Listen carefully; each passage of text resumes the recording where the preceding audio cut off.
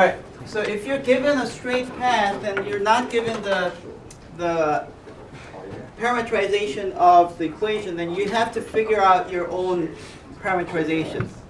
Now for the case when you're given a straight path, I advise you to use this formula, which is the line equation. You're more accustomed to the case when you have z equal to z naught plus ct. That's for the three-dimensional one. But this is two dimensions, so we just need this, okay? Now the way you use this is, first remember that a comma b is the directional vector, right? So you do terminal minus initial, which is 1 comma negative 1 is the terminal point of the straight path, minus the initial, which is 2 comma 1, which gives you negative 1 comma negative 2. That's your direction vector. And then x naught, y naught is your beginning point of the path, which is 2 comma 1. Therefore, you find out that x, y is 2 comma 1 minus t minus 2t.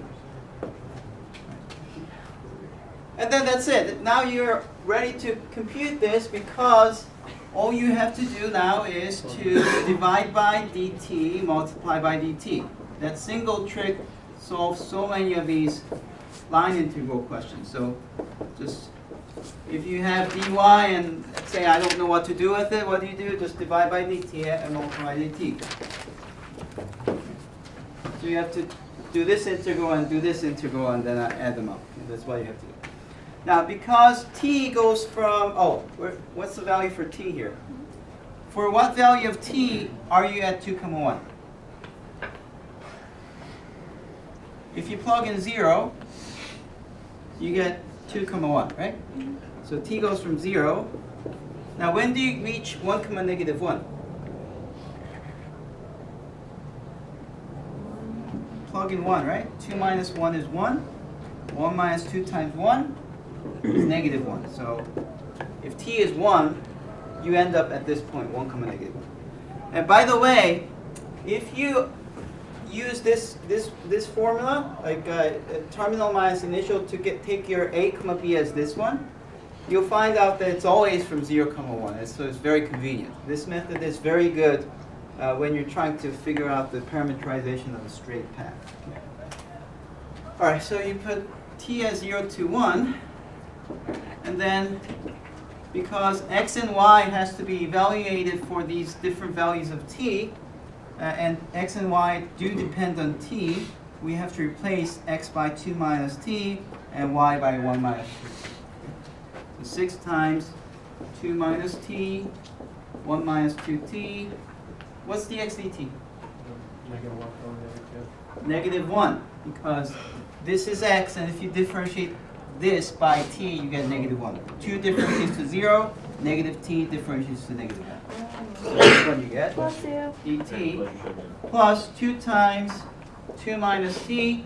What's dy dt? Negative 2. If you differentiate 1 minus 2t, you get negative 2, so you need negative 2 dt. All right, let's continue. All right, I don't like to FOIL, but I don't have any other choice, so let's FOIL this. Let's see, 6 times negative 1 is negative 6. I'm going to put that outside. And 2 times 1 is 2. 2 times negative 2 is negative 4t. Negative t. Negative times 1 is negative t. Negative t times negative 2t is plus 2t squared. And then what about this? It's negative 4 times 2, which is negative 8. Negative 4 times negative t, that's plus 4t. All of this has to be integrated by dt. And now it's very boring because it's something that everyone can do.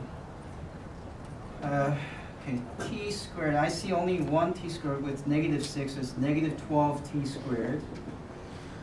Negative 5t, negative 5 times negative 6 is 30. 30 plus 40, so it's 34t. And then this is negative 12 minus h is negative 20. You have to integrate from 0 to 1 dt. Let's see, that's negative 4t squared. That's 4t cubed plus 17t squared minus 20t. You have to plug in 1 and 0. When you plug in 0, it's nothing, so you only have to evaluate at 1. If you plug in 1, that's negative 7. Okay.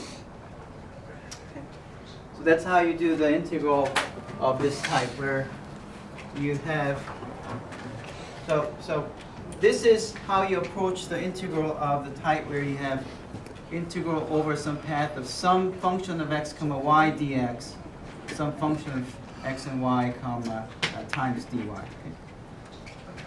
If you have this type of integral, it's the same story, divide by dt and multiply by dt.